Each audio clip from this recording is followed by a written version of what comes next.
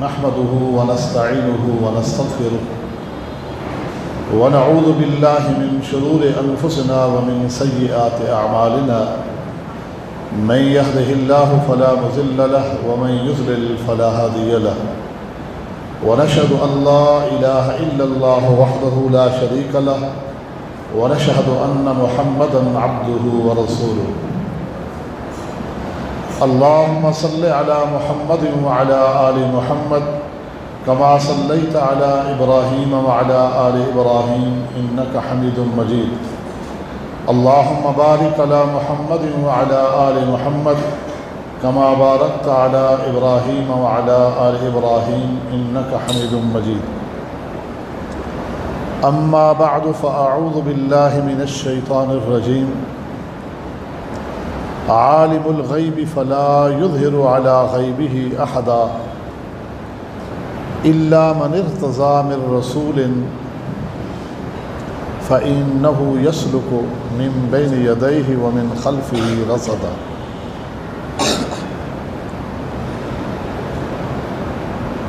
آج کی نشست کا جو عنوان انتخاب ہوا ہے آپ ساتھیوں کے علم میں ہے کہ کشف اور الہام کی شرعی حیثیت. میں بڑے اختصار کے ساتھ سب سے پہلے اس بات کو آپ کے سامنے واضح کرنے کی کوشش کروں گا کہ اس مضمون کا مطلب کیا ہے. کشف و الہام کا معنی کیا ہے، مطلب کیا ہے، اور پھر اس کی شرعی حیثیت خود بخود آپ کے سامنے انشاءاللہ دلائل کی روشنی میں آ جائے گی.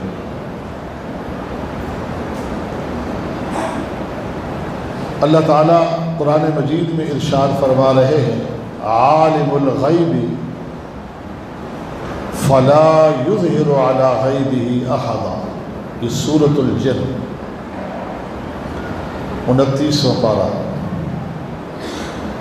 کہ اللہ عالم الغیب ہے، وہی غیب جاننے والا ہے. فلا یظہر علی غیبہ احدا، وہ اپنے علم غیب پر کسی کو مطلع نہیں کرتا. الا من ارتضی من رسول، سوائے ان لوگوں کے کہ جن کو رسالت کے لیے وہ پسند کر لیں. فإنه يسلك من بين يديه ومن خلفه رصدا، انہیں منتخب کر کے اپنے غیب کی کچھ باتیں انہیں بتا کر ان پر بھی، ان کے آگے بھی، ان کے پیچھے بھی پہرے دار مقرر کر دیتا ہے. فإنه يسلك من بين يديه ومن خلفه، آگے بھی پیچھے بھی رصدا، پہرے لگا دیتا ہے. کیوں؟ لِيَعْلَمَ أَنْ قَدْ أَبْلَغُوا رِسَالَاتِ رَبِّهِمْ، کیونکہ اس نے اپنے غیب کی باتوں پر انہیں جو مطلع کیا ہے اس لیے نہیں کہ ان کو عالم الغیب بنائے، اس لیے کہ یہ میرے پیغامات ہیں، یعنی اللہ کے پیغامات ہیں، یہ پیغامات دوسروں تک پہنچائے، کیونکہ ان کو رسالت کے لیے منتخب کیا ہے. لِيَعْلَمَ أَنْ قَدْ أَبْلَغُوا رِسَالَاتِ رَبِّهِمْ، تاکہ سب کچھ اللہ کے سامنے رہے کہ وہ اللہ کے احکامات کو دوسروں تک پہنچا رہے ہیں یا نہیں پہنچا رہے ہیں. وہ غیب کی وہ باتیں جو اللہ ان لوگوں کو منتخب کر کے، جن کے لیے اللہ چاہتا ہے کہ انہیں میں رسول بناؤں، انہیں عطا کرتا ہے. تو وہاں بھی مقصد یہ ہوتا ہے تاکہ یہ پیغامات ہیں لوگوں تک پہنچائے جائیں، نہ کہ یہ باتیں بتا کر اللہ انہیں عالم الغیب بنانا چاہتا ہے. اب ایک سوال یہ ہے کہ آیا اللہ کے غیب کو، جو علم غیب ہے، اس کو جاننے کے کوئی اسباب اور ذرائع ہیں یا نہیں؟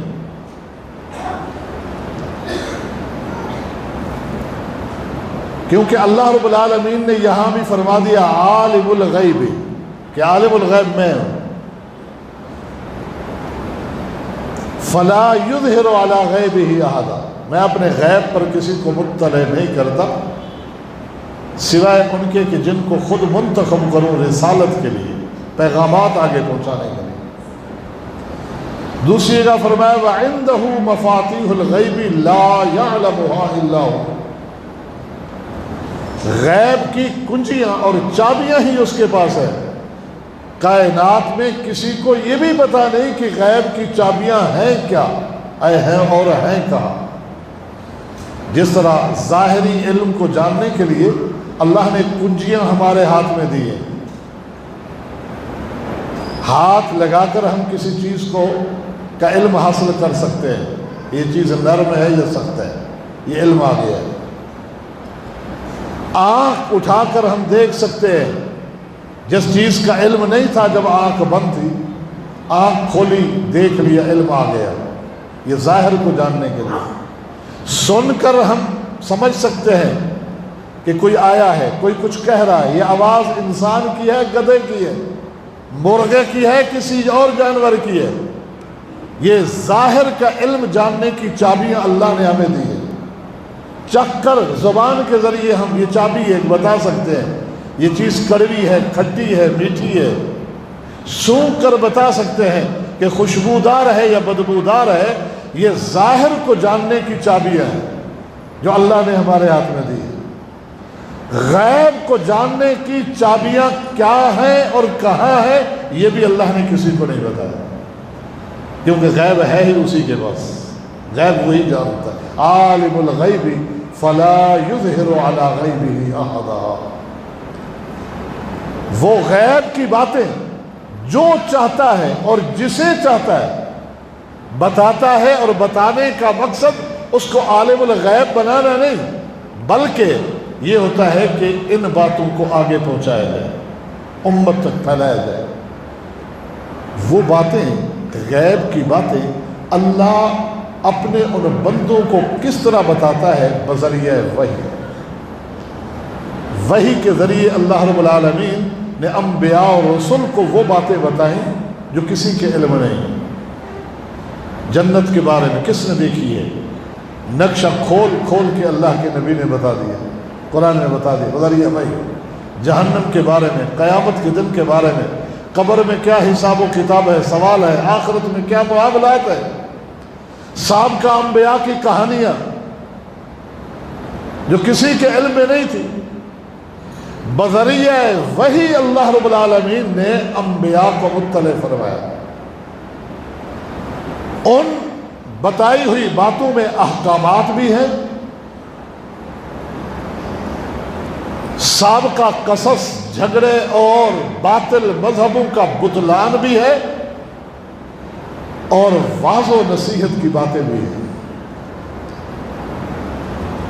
تو یہ سارے موضوعات بھی بتاتے ہیں کہ اللہ رب العالمین نے یہ باتیں جو بتائیں، مقصود کیا ہے کہ ہر ایک تک اللہ رب العالمین ان پیغامات کو پہنچاتا ہے، لیکن اپنے مخصوص اور برگزیدہ بندوں کے ذریعے ان کو مطلع کرتا ہے بذریعہ وحی۔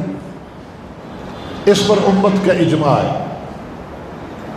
کہ بذریعہ وحی اللہ رب العالمین غیب کی باتیں جو اللہ ہی جانتا ہے، اللہ ہی کا علم ہے، ان میں سے جو چاہتا ہے، جس وقت چاہتا ہے، تو اللہ اپنے منتخب کیے ہوئے رسولوں کو، وہ رسول انسانوں میں سے یا ملائکہ اور فرشتوں میں سے، اللہ نے جبریل کو بھی رسول کہا کہ وہ بھی اللہ کا پیغام لے کے آتا تھا نبی کے پاس، تو رسول ہو گیا۔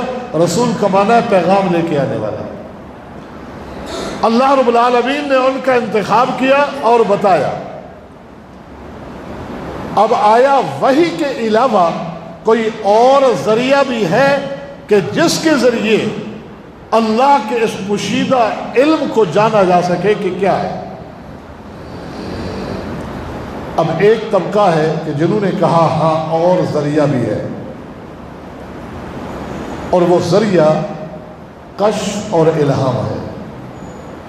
کشف کا معنی ہے اس حجاب کو ہٹا دینا، کھول دینا جو ہمارے اور اللہ کے درمیان ہے، جس کی وجہ سے ایک چیز غیب ہے۔ جب پردہ منکشف ہو جائے گا، کھل جائے گا، تو ہمارے لیے کوئی چیز غیب نہیں رہے گی۔ اور الہام کا معنی ہے القاء، کہ کسی چیز کا قلب پر اللہ کی طرف سے خصوصی طور پر القاء ہو جانا۔ اور انہوں نے اپنے اس موقف کے اس بات کے لیے جو دلائل دیے ہیں، ان دلائل میں سے بعض سچے واقعات بھی ہیں اور بعض جھوٹی کہانیاں بھی ہیں۔ چند سچے واقعات میں آپ کے سامنے رکھتا ہوں۔ مثلا وہ کہتے ہیں اللہ کے نبی صلی اللہ علیہ وسلم جب معراج سے واپس آئے اور مشرکین نے اس واقعہ اور وقوع کا انکار کیا، بالخصوص کہ بیت المقدس بھی آپ گئے تھے، تو بتاؤ بیت المقدس کی نشانیاں ہمیں۔ اب اللہ کے نبی صلی اللہ علیہ وسلم تو تھوڑی دیر کے لیے بیت المقدس گئے، آپ نے وہ سب کچھ یاد تو نہیں رکھا تھا۔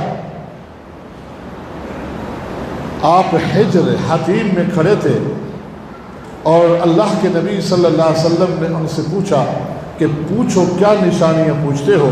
وہ پوچھتے گئے تو اللہ رب العالمین نے اللہ کے پیغمبر کے سامنے بیت المقدس کو کر دیا، یعنی وہ جو حجاب تھا فاصلوں کا وہ ہٹا دیا۔ اللہ کے نبی دیکھتے گئے اور بتاتے گئے۔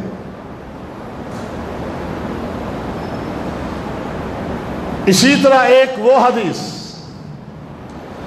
کہ ایک دن اللہ کے نبی صلی اللہ علیہ وسلم سے صحابہ نے کچھ سوالات کیے، کچھ اعرابی بھی آ گئے، کچھ سوالات نامناسب بھی ہو گئے، تو آپ کافی غصے میں آئے، منبر میں بیٹھ گئے اور فرمایا سلونی ما شئتم فما تسألونی عن شیء، پوچھو آج کیا پوچھتے ہو میرے بارے میں، مجھ سے کیا پوچھتے ہو، جس چیز کے بارے میں پوچھنا چاہتے ہو آج میں یہاں سے ہٹنے اور اٹھنے سے پہلے تمہیں جواب دے کے جاؤں گا۔ حتیٰ کہ بعض کسی نے یہ پوچھا میرا باپ کہاں ہے، آپ نے فرمایا وہاں۔ کسی نے پوچھا میرا باپ کون ہے، آپ نے فرمایا تیرا باپ فلاں ہے۔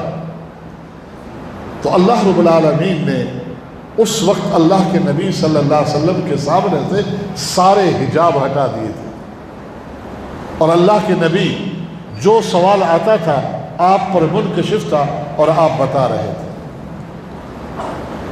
اور اسی طرح ایک تیسری حدیث ہے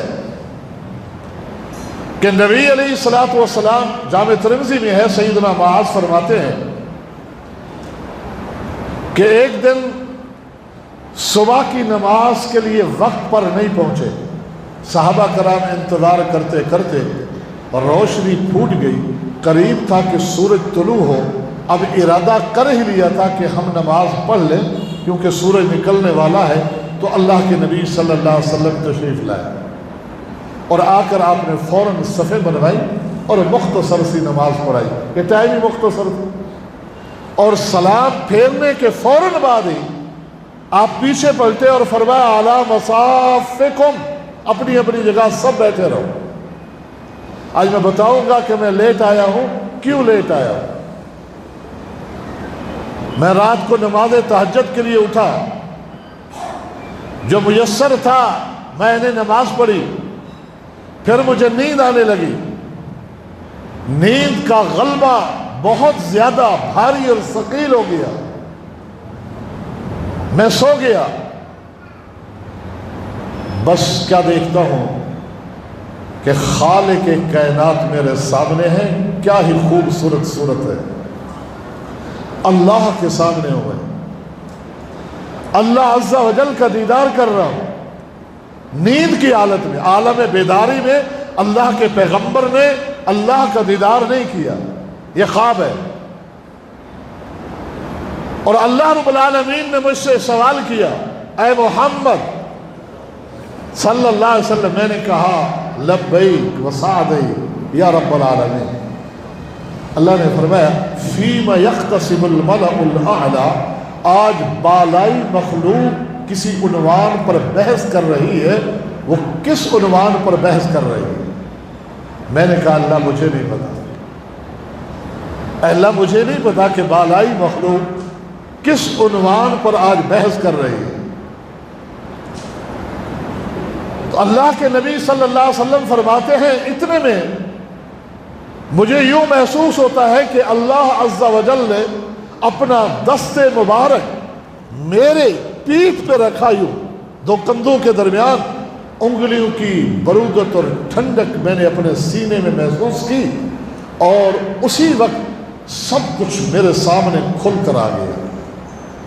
اب اللہ رب العالمین نے پھر مجھے آواز دی یا محمد صلی اللہ علیہ وسلم، تو میں نے کہا لبیک و سعدیک یا رب العالمین۔ تو رب نے وہی سوال کیا فیم یختصم الملأ الاعلی، یہ بالائی مخلوق یعنی فرشتے آسمانوں پہ آج کچھ بحث کر رہے ہیں، مناظرہ کر رہے ہیں، کسی علم کسی عنوان پر گفتگو کر رہے ہیں۔ وہ عنوان کیا ہے؟ تو فرمایا اب مجھے جواب آتا تھا، کیونکہ اب میرے سامنے سب کچھ کھل گیا تھا، مجھے جواب آتا تھا۔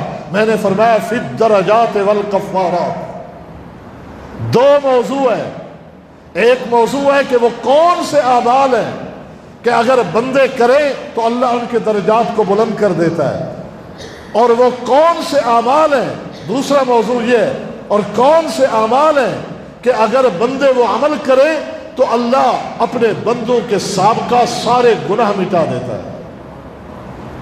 تفصیلی حدیث ہے۔ پھر رب نے پوچھا اچھا درجات کیا ہے؟ تو مجھے آتا تھا، میں نے بتایا۔ کفارات کیا ہے؟ تو مجھے آتا تھا، میں نے بتایا۔ یہ ایک تفصیلی حدیث علیحدہ موضوع ہے، لیکن اس کو پیش کیا جاتا ہے۔ دیکھیں اللہ کے نبی صلی اللہ علیہ وسلم کو کشف ہوا کہ وہ حجاب جو غیب کے ادراک اور جاننے کے تھے وہ منکشف ہو گئے، وہ کھل گئے، اور ہر چیز آپ کے سامنے ہو گئی۔ لہٰذا اللہ کے علم غیب کو جاننے کے لیے اللہ کی وحی کے علاوہ بھی ایک ذریعہ ہے، اور وہ ذریعہ کشف ہے۔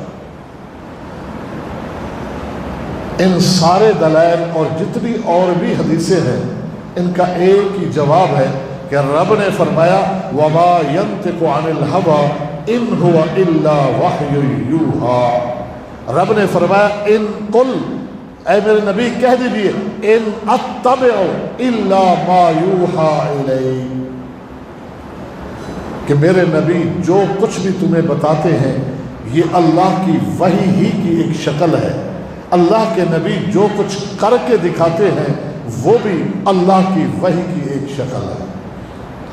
تو یہ وحی سے ہٹ کر کوئی دوسری چیز تو ہے ہی نہیں، یہ تو اللہ کی وحی ہے۔ سچے خواب بھی اللہ کے پیغمبر کی وحی ہے۔ لہذا یہ چیز اس بات کی دلیل نہیں بن سکتی کہ اللہ کے علم غیب کو جاننے کے لیے وحی کے علاوہ کوئی اور چیز ہے۔ یہ ساری شکلیں یہ اللہ کی وحی کی ہے، اور اعجازی کیفیات ہے۔ نبی کا معجزہ برحق اور یقینی، اللہ کے نبی صلی اللہ علیہ وسلم پر اللہ تعالیٰ وحی نازل فرماتے ہیں، معلومات دیتے ہیں، اور آپ کا یہ بیٹھ جانا اور سوال کرنا یہ بھی ایک اعجازی کیفیت ہے، معجزہ ہے اللہ کے پیغمبر کا، اللہ کے پیغمبر کا معجزہ ہے۔ اولیاء اللہ کی کرامات ہوتی ہیں، معجزہ اور کرامت میں بڑا فرق ہے۔ معجزہ سب سے پہلے اس چیز کو کہتے ہیں جو خرق ادا ہو، کہ ایسے فعل یا قول کا صدور کہ جو ظاہری اسباب سے بالا تر ہو، اس فعل کو کہتے ہیں معجزہ۔ اگر وہ اس کا صدور نبی کی طرف سے ہے، معجزہ نبی کی طرف سے اس کا صدور، نمبر ایک۔ نمبر دو، معجزہ جو ہے وہ نبی کی نبوت اور صداقت کی برہان اور دلیل ہوتا ہے۔ معجزہ مخالفین پر الزام حجت ہوتا ہے۔ معجزہ کے بارے میں صاحب معجزہ یہ یقین رکھتا ہے کہ یہ میرا معجزہ ہے۔ معجزے سے اللہ کے احکامات، اوامر اور نواہی کا استدلال ہوتا ہے، جبکہ کرامت جس کی نسبت اولیاء اللہ کی طرف کی جاتی ہے، اللہ کے نیک بندوں سے اس کا صدور کسی ایسے عمل کا کہ جو خرق عادہ ہو، جو ظاہری اسباب سے بالا تر ہو اور ایک بندے کے ہاتھوں اللہ ایسا کام کرا دے، یا ایسی بات ایک بندہ کہہ دے کہ جو ظاہری علوم سے تعلق نہیں رکھتی لیکن وہ حق کے موافق ہو جائے، وہ حق کے موافق ہو جائے، وہ کرامت ہے۔ ایک اللہ کے بندے نے دعا مانگی، اللہ نے دعا کو پورا کر دیا، اس دعا کرنے والے کی کرامت ہے۔ بد دعا کی، اللہ نے مخالفین کو ہلاک کر دیا، یہ بھی اس کی کرامت ہے۔ کوئی بات بتائی کہ ایسا ہو سکتا ہے، ایسا بعد میں ہو گیا، یہ اس کی کرامت ہے۔ لیکن کرامت حق کی دلیل اور برہان نہیں ہوتی۔ کرامت سامنے والے پہ الزام حجت کے لیے نہیں ہوتی۔ کرامت کا جس سے صدور ہو وہ خود بھی نہیں جانتا ہوتا بسا اوقات کہ آیا یہ کرامت ہے، میرے اس فعل کا جو تعلق ہے، صدور ہے، یہ میری کرامت ہو سکتی ہے یا اللہ کی طرف سے ڈھیل، استدراج بھی ہو سکتا ہے، ڈھیل بھی ہو سکتی ہے۔ اور کرامت وہ افعال اور وہ اقوال مانے جائیں گے جو شریعت کے تابع ہوتے ہیں، شریعت کی حدود میں ہوتے ہیں، نہ وہ مستقل دلیل ہوتے ہیں، نہ اس سے کوئی استدلال لیا جا سکتا ہے، اور نہ ہی اسے حجت کے طور پر کسی بات اور اپنے موقف کو منوانے کے لیے پیش کیا جا سکتا ہے، کیونکہ جب یہ حتمی بات ہی رہی ہے، اس کی یقینیات بھی اس وقت ہوتی ہے کہ ایک بات کہنے والے نے کہی جو شریعت کے تابع ہے، اور بعد میں متحقق ہوا ثبوت کہ واقعی ایسا ہو گیا ہے، تو اب پتہ چلا کہ کہنے والے کی زبان سے اللہ نے حق کی جاری کرا دیا تھا۔ جا کہ سیدنا عمر رضی اللہ تعالیٰ عنہ کے واقعات ہیں زندگی میں کہ کئی بار انہوں نے ایک بات کہی، لیکن بات کہتے وقت وہ خوف زدہ ہے، وہ ڈر رہے ہیں کہ میں نے کیا کہہ دیا ہے، لیکن بعد میں اللہ رب العالمین نے قرآن مجید کی شکل میں آیات نازل فرما دی کہ یہ تو اللہ کا حتمی فیصلہ تھا جو پہلے اللہ نے عمر کے زبان پر یا دل پہ القاء کر کے ان کی زبان سے جاری کرا دیا تھا۔ یہ القاء ہے، یہ کشف، اس حد تک کشف و القاء کو ماننا یہ اہل السنہ والجماعہ کے تمام مسالک کا اتفاق ہے کہ اس حد تک۔ اس لیے نبی علیہ السلام نے فرمایا ہر امت میں کوئی ملہم ہوتا ہے، میرے اس میں امت میں محدث کوئی ہے، ملہم کوئی ہے تو وہ عمر بن خطاب ہے۔ اللہ رب العالمین کئی بار ان کے دل میں القاء کر چکا، ایک بات انہوں نے ایک مشورتاً دی جو دلیل نہیں ہے، مشورتاً دی، لیکن اللہ نے بعد میں قرآن مجید بھی نازل فرما دیا بعین ہی اسی طرح۔ تو یہ کشف و القاء، اس سے نہ غیب کی باتیں معلوم ہوئی بلکہ ایک بات کہنے والا خود بھی اس وقت یقین نہیں رکھتا کہ آیا یہ میری بات درست ہے یا غلط ہے، بعد میں اسے تائید حاصل ہوئی، شریعت کی تابع ہے، حدود شریعت میں رہتے ہوئے۔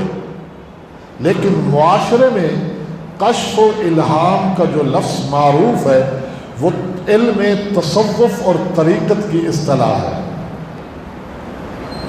کشف و الہام جو ہمارے اسلاف نے جہاں جواز کے لیے اس لفظ کا استعمال کیا ہے، تو وہ اس حد تک ہے کہ وہ نئی بات نہیں ہے کوئی شریعت کی، وہ کوئی دلیل نہیں ہے، برہان نہیں ہے، اس کا صدور اپنی مرضی سے نہیں ہے کہ جب چاہے انسان اپنی کرامتیں دکھانا شروع کر دے۔ وہ شعبدے باز ہو سکتا ہے، وہ مداری ہو سکتا ہے، وہ کوئی نجومی و کاہن ہو سکتا ہے کہ جو اسی وقت آئیے اسی وقت غیب کی خبریں بھی بتائے کہ اس کو کشف ہو گیا، اور اپنے مداری پن کے ذریعے، اپنے علم سحر کے ذریعے لوگوں کو کے سامنے شعبدے بازیاں بھی پیش کرے۔ وہ اللہ کا ولی نہیں ہو سکتا۔ اللہ کا ولی وہ ہے جس سے صدور ایسے امور کا ہوا جو عین شریعت کے مطابق ہے، اور پھر آگے چل کر اس کا متحقق ہونا، صحیح ہونا بھی حالات نے ثابت کیا، اس پر اس نے خوشی کا اظہار کیا کہ اللہ رب العالمین نے میری بات سچی کر دی، جو زبان سے جملہ نکلا وہی پورا ہو گیا، ویسے ہی ہو گیا، خوشی کا اظہار کیا۔ وہ اللہ کا بندہ ہے، لیکن اچانک اس کے دل میں آنے والے خیال کو وہ دلیل اور حجت نہیں سمجھتا، اور علم طریقت اور علم تصوف کے اندر جو کشف اور الہام کا درجہ ہے اور مقام ہے، اس کی چند مثالیں میں یہ تصوف کی انتہائی معروف کتاب ہے کلیات امدادیہ، یہ 10 کتابوں کا مجموعہ ہے جس پر لکھا ہے کہ یہ وہ 10 کتابیں ہیں جو تصوف اور سلوک، تزکیہ نفس اور اصلاح اخلاق میں بے نظیر اور اس فن کی بنیادی اور مشہور کتابیں ہیں۔ ان میں سے چند عبارتیں کشف کے حوالے سے آپ کے سامنے رکھتا ہوں، آپ سمجھیں کہ جو عرف عام کشف الہام کا لفظ مشہور ہے اور جو پیری مرشدی کا ایک نظام رائج ہے، اور بیٹھے ہوئے لوگوں کے غیب کی باتیں بتاتے ہیں اور لوگ سمجھتے ہیں کہ یہ پہنچی ہوئی سرکاریں ہیں، ان کی حقیقت کیا ہے، ان کا دین سے کیا تعلق ہے۔ یہاں ایک نقطہ واضح کر دوں کہ علم تصوف سے وابستہ ہر طبقے کا یہ عقیدہ نہیں ہے۔ علم تصوف کے ابتدائی جو حلقہ جات ہیں ان میں زہد و ورع اور تقوی ہے، عبادات کے مختلف طریقے اور شکلیں، زہد و ورع اور تقوی۔ بعض اسلاف کو تصوف کی طرف جو منسوب کیا جاتا ہے، انہوں نے صرف زہد و ورع اور تقوی کی حد تک اس کی تعلیمات کو قبول کیا ہے، وہی جو شریعت کی تابع ہے۔ لیکن جب اس میں آگے غلو آتا ہے، کیونکہ ایک درجے پہ پہنچنے کے بعد دوسرا درجہ، پھر دوسرے درجے کے بعد تیسرا درجہ، جب معاملات آگے بڑھتے ہیں، بسا اوقات علم تصوف کے مبتدی کو، یعنی بنیادی اس علم میں قدم رکھنے والے کو بھی آخر میں کیا ہے، ان کے کیا نظریات اور عقائد ہیں، علم تصوف میں کیا ہے، اس کا پتہ نہیں ہوتا۔ یہاں ان عبارتوں کو سمجھانے کے لیے تصوف کی چند اصطلاحات آپ کے سامنے رکھوں۔ موضوع ایسا دیا ہے تو پھر اس کے لیے تھوڑا سا وقت بھی دینا پڑے گا آپ لوگوں کو۔ علم تصوف کی 3 اصطلاحات، ایک ہے سالک، ایک ہے عارف اور ایک ہے واصل۔ سالک کا لفظ سلوک اس کے لیے استعمال کرتے ہیں جو قرآن و سنت یعنی شریعت کے مطابق زندگی بسر کر رہا ہے، یہ سالک ہے، یہ سالک ہے۔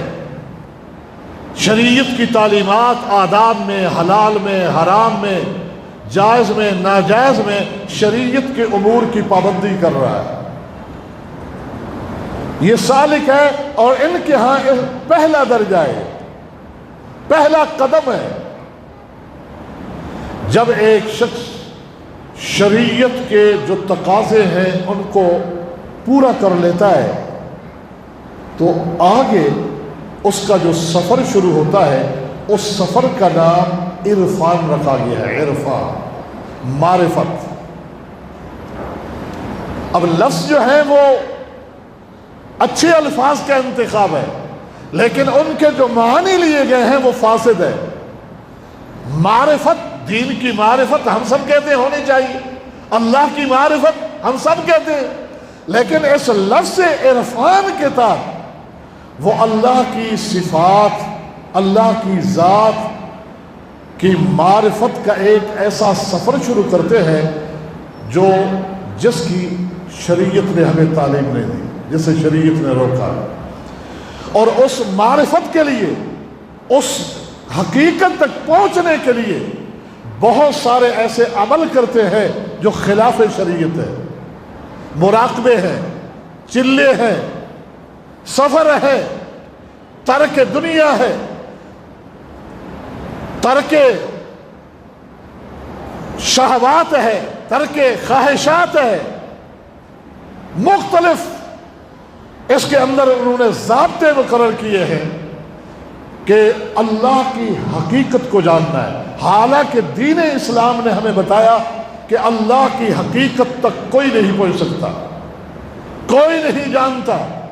اللہ کی معرفت حاصل کرو اللہ کی صفات کے ذریعے کہ وہ رحمان ہے، وہ رحیم ہے، وہ ودود ہے، وہ شفیق ہے، وہ سمیع ہے، وہ بصیر ہے، الغفار ہے، الغفور ہے، الجبار ہے، القہار ہے، القدوس ہے.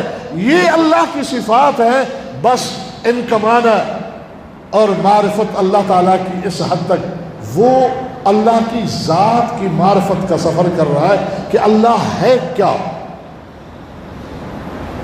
اس معرفت، اس سفر کا نام انہوں نے عرفان رکھا.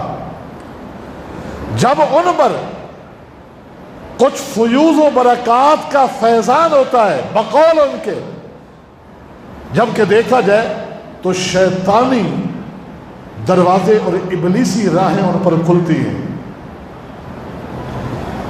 اور وہ سمجھتے ہیں کہ شاید ہمیں اللہ کی طرف معرفت کا ہمارا سفر جو ہے آسان ہو رہا ہے. حقائق اللہ کے ان کے سامنے بقول ان کے کھلنا شروع ہو جاتے ہیں. حتیٰ کہ ایک وقت ایسا آتا ہے کہ وہ عرفان کے سفر کو طے کرنے والا عارف باللہ جو ہے وہ اللہ کو بالمشافہ دیکھتا ہے اور بالمشافہ اللہ رب العالمین سے گفتگو کرتا ہے، جو انبیاء کو بھی حاصل نہ ہو سکا مقام. جب وہ اس درجے پر پہنچتا ہے کہ اللہ سے بالمشافہ اس کی ملاقات آمنے سامنے اور پھر اللہ سے ہم کلام ہونا، تو اب عارف کا عرفان والا سفر مکمل ہوا. اب تیسرا سفر جو ہے وہ وصول کا ہے. اب وہ واصل باللہ بننا شروع ہو گیا ہے. واصل باللہ، وصول کہ اللہ سے مل گیا، اللہ سے مل گیا. یہاں آ کر پھر ان کی کئی اصطلاحات ہیں، اس کو جان. یہ باقاعدہ علم طریقت ایک علم ہے جو علم شریعت کے مقابلے میں گھڑا گیا ہے اور فلسفہ یونان کی بھرمار ہے. اور فلسفہ یونان جو ہے وہ فلاسفر، غالی فلاسفر، ملاحدہ جو اللہ کو نہیں مانتے تھے، انہی کے کلیے، انہی کے ضابطے اور انہی کے اصولوں پر مبنی. انہی میں ایک درجہ ہے فنا فی اللہ کا کہ یہ واصل کو درجہ حاصل ہوتا ہے کہ وہ اللہ میں حلول کر جاتا ہے، اللہ میں فنا ہو جاتا ہے. تو جب اس درجے پہ پہنچ چکا ہوتا ہے تو اس پر اللہ اور اس کے درمیان، اللہ کے علم اور اس کے درمیان جتنے حجاب ہوتے ہیں وہ سارے پردے ہٹ جاتے ہیں اور وہ غیب کے امور سب جان جاتا ہے. خالی جان ہی جان نہیں جاتا بلکہ اس پر اختیار کلی اس کو حاصل ہو جاتا ہے. آئیے پہلی عبارت آپ کے سامنے پڑھتا ہوں اس حوالے سے. یہ اس کتاب کا صفحہ نمبر 34 سے ایک بحث شروع ہوئی ہے، فنا کے مراتب کا بیان. یہ ہماری لکھی ہوئی نہیں ہے، انہی کی لکھی ہوئی کتاب ہے. فنا کے مراتب کا بیان فنا فی اللہ کے مراتب بیان کرتے کرتے ایک مرتبہ بیان کرتا ہے کہ یہاں تک کہ ایک وقت آتا ہے کہ وہ اللہ کا بندہ اس مقام اور درجے پر پہنچ جاتا ہے کہ ظاہر میں وہ بندہ اور باطن میں وہ خدا ہو جاتا ہے. ظاہر میں وہ بندہ اور باطن میں خدا ہو جاتا ہے. اس مقام کو برزخ البرازخ کہتے ہیں. یہ اصطلاح ہے تصوف میں. آگے کیا کہا؟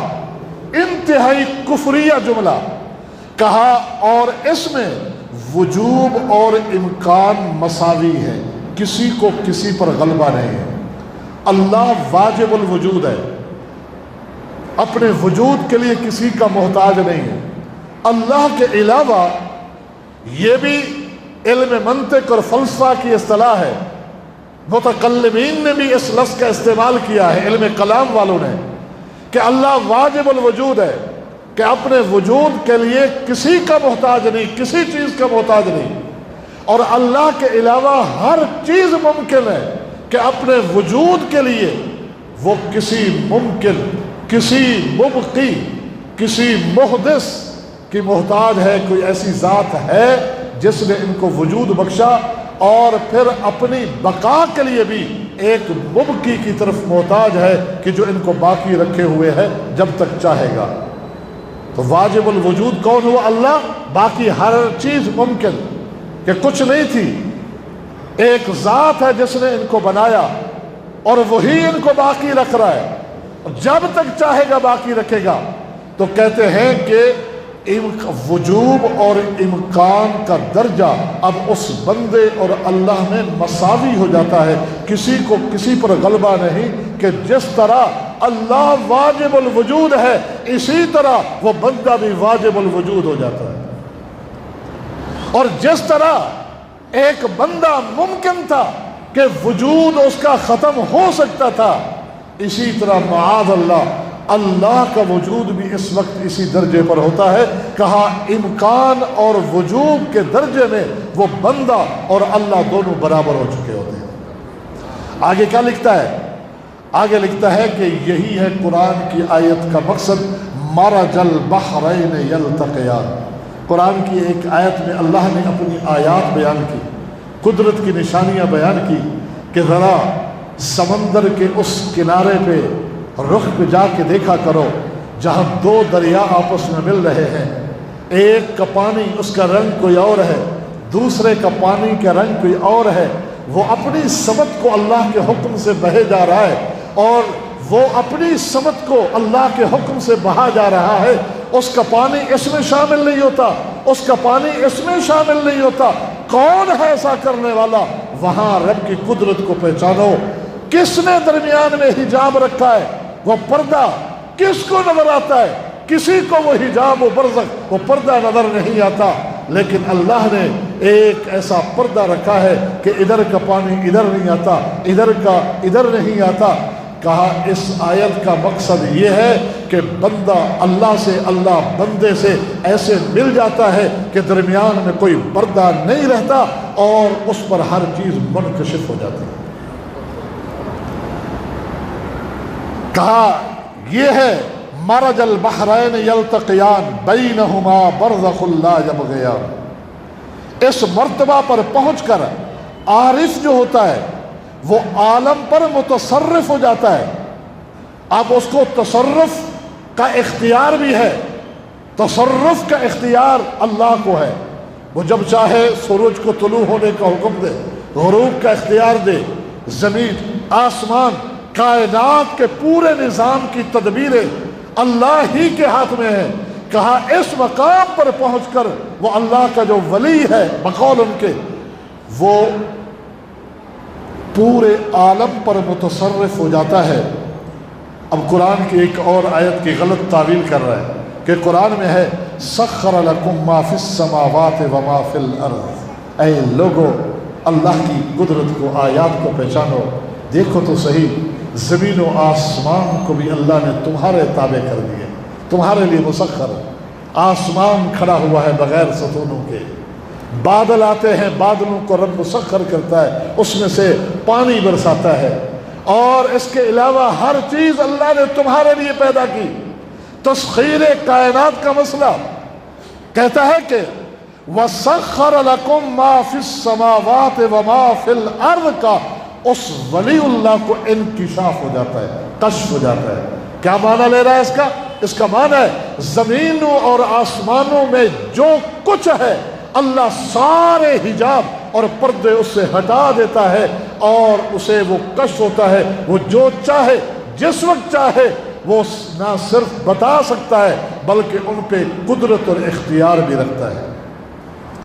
اللہ کی جس صفت کو بھی چاہتا ہے وہ اس صفت سے اسی وقت متصف ہو جاتا ہے، اور متصف ہو کر اس اثر کو ظاہر کرتا ہے، چونکہ اس میں خدا کے اوصاف پائے جاتے ہیں۔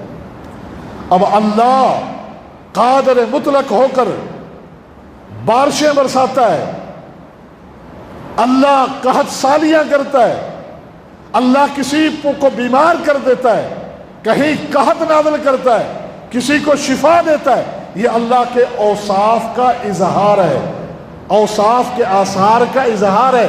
کہا پھر وہ بندہ بھی انہی اوصاف کا اظہار جس وقت چاہے وہ کر سکتا ہے، جس کو چاہے شفا دے، جس کو چاہے اولاد دے، جس کو چاہے بے اولاد کر دے، وہ اس کو اختیار اور پاور حاصل ہو جاتی ہے، کیونکہ اس کے اندر اوصاف خدا پائے جاتے ہیں، اور خدا کے اخلاق سے وہ مزین ہو چکا ہوتا ہے، اور اس نے جمال اسبع علیکم نعما ظاہرۃ و باطنہ کو دیکھا ہے۔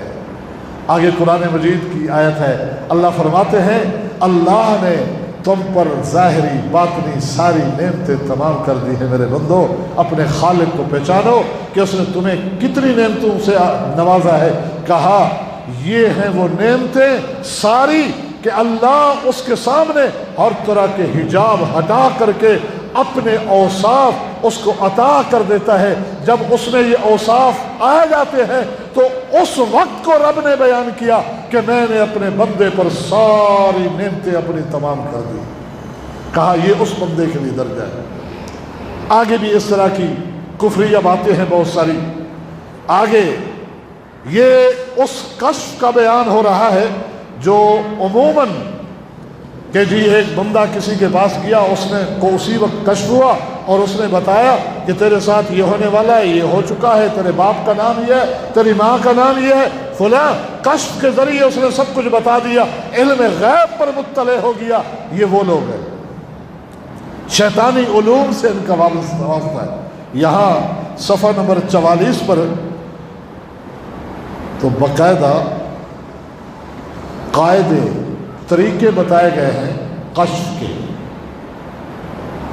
شریعت میں کسی کو اختیار نہیں، نہ ہی پتہ ہے۔ اللہ جب چاہے، معجزہ بھی نبی کے اختیار میں نہیں ہوتا، معجزہ بھی نبی کے اختیار میں نہیں، اور رب جب چاہے نبی کو معجزہ عطا کر دے۔ یہاں کشف احوال کے لیے چیپٹر ہیں کہ بیماروں کو شفا دینے کے لیے یہ عمل ہے، کشف قبور کے واسطے یہ عمل ہے، حضرت کے روح مبارک کا کشف حاصل کرنے کے لیے یہ عمل کرنا پڑے گا۔ اور اسی طرح وہ لوگ جو مستقبل کے احوال جاننا چاہتے ہیں ان کے لیے ان کو اس کشف کا راستہ اپنانا پڑے گا۔ یہ قاعدے اور کلیے بتائے کہ یہ عبادت کرو، یوں قبر کے سامنے کھڑے ہو، قبر کے سامنے کھڑے ہو کر یہ عبارتیں کرو، یہ دعائیں کرو، تم پر احوال مردوں کو بھی اللہ واضح کر دے گا اور کشف حاصل ہو جائے گا۔ یہ وہ کشف ہے، یہ کشف حجاب کی مختلف حتیٰ کہ کا زندہ اور مردہ اہل اللہ کی نسبت دریافت کرنے کا کشف کا طریقہ کار کیا ہے؟ کہا یہ ہے کہ زندہ کے بارے تو زندہ کے سامنے بیٹھے، بندہ فوت ہو گیا ہے تو اس کی قبر کے سامنے بیٹھے اور اپنے آپ کو ہر نسبت سے خالی کرے اور علام الغیوب کی بارگاہ میں دعا کرے، اے علیم، اے خبیر، اے مبین، مجھ کو آگاہ کر اور اس کی باطنی کیفیت بتا، اور متوجہ ہو اس کی روح کی طرف، اور تھوڑی دیر اپنی روح کو اس کی روح سے ملا دے، پھر تھوڑی دیر کے بعد اپنی طرف متوجہ ہو تو اگر اپنے میں کچھ کیفیت پائے تو سمجھے کہ یہ نسبت اس شخص کی ہے، اور خطروں کو پہچاننے کا یہی طریقہ ہے۔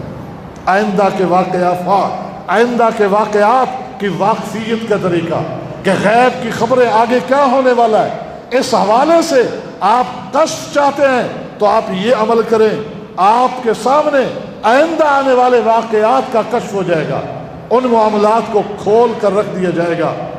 یہ تفصیلی عبارات ہے، اور حقیقت یہ ہے کہ یہ جب ان کا سلسلہ نسب پڑھ کے دیکھا جاتا ہے، سلسلہ نسب، تو سب اپنے آپ کو سیدنا علی المرتضیٰ رضی اللہ تعالی عنہ کے ساتھ جوڑتے ہوئے نظر آتے ہیں۔ سلسلہ نسب پہ آگے ایک رسالہ ہے جو اشعار کی شکل میں شروع کیا ہے اس نے، اور کہاں ختم کیا، کس عقیدے کے ساتھ۔ اب سمجھ لیں کہ یہ کون لوگ ہیں۔ اس کے بانی ایک دو شعر ان کے آپ کو پڑھ کر سناتا ہوں۔ کر عنایت مجھ کو توفیق حسن اے ذوالمنن، تاکہ ہوں سب کام میرے تیری رحمت سے حسن۔ حسن بصری کو پکارا جا رہا ہے تیری رحمت سے، شیخ حسن بصری امام اولیاء کے واسطے ان کا وسیلہ دیا جا رہا ہے۔ دور کر دے دل سے حجاب جہل و غفلت، حجاب ہٹا دے، کشف عطا فرما مجھے، دور کر دے حجاب جہل و غفلت میرے رب، کھول دے دل میں در علم حقیقت میرے اب۔ اے اللہ اب تک میں ظاہر کو جانتا رہا، یہ قرآن ظاہر ہے، حدیث ظاہری علم ہے، کہا کہ قرآن کا ایک باطن بھی ہے۔ اے اللہ اب تک تو میں نے جو کچھ جانا ظاہر کو جانا، اب ظاہر سے ہٹ کر حقیقت میں، حقیقت تک کی گہرائی تک مجھے پہنچا کشف کے ذریعے۔ یہ جہل ہے، یہ ظاہر کا علم جو ہے یہ جہل ہے، اسی میں پڑے رہنا غفلت ہے۔ اس جہل و غفلت سے ہٹا کر اب مجھے حقیقت کی راہ دکھا۔ آگے کیا کہا؟ ہادی عالم علی مشکل کشا کے واسطے، ہادی عالم علی مشکل کشا کے واسطے سمجھا جا سکتا ہے کہ یہ کون لوگ ہیں، کہاں سے آیا ہے یہ علم۔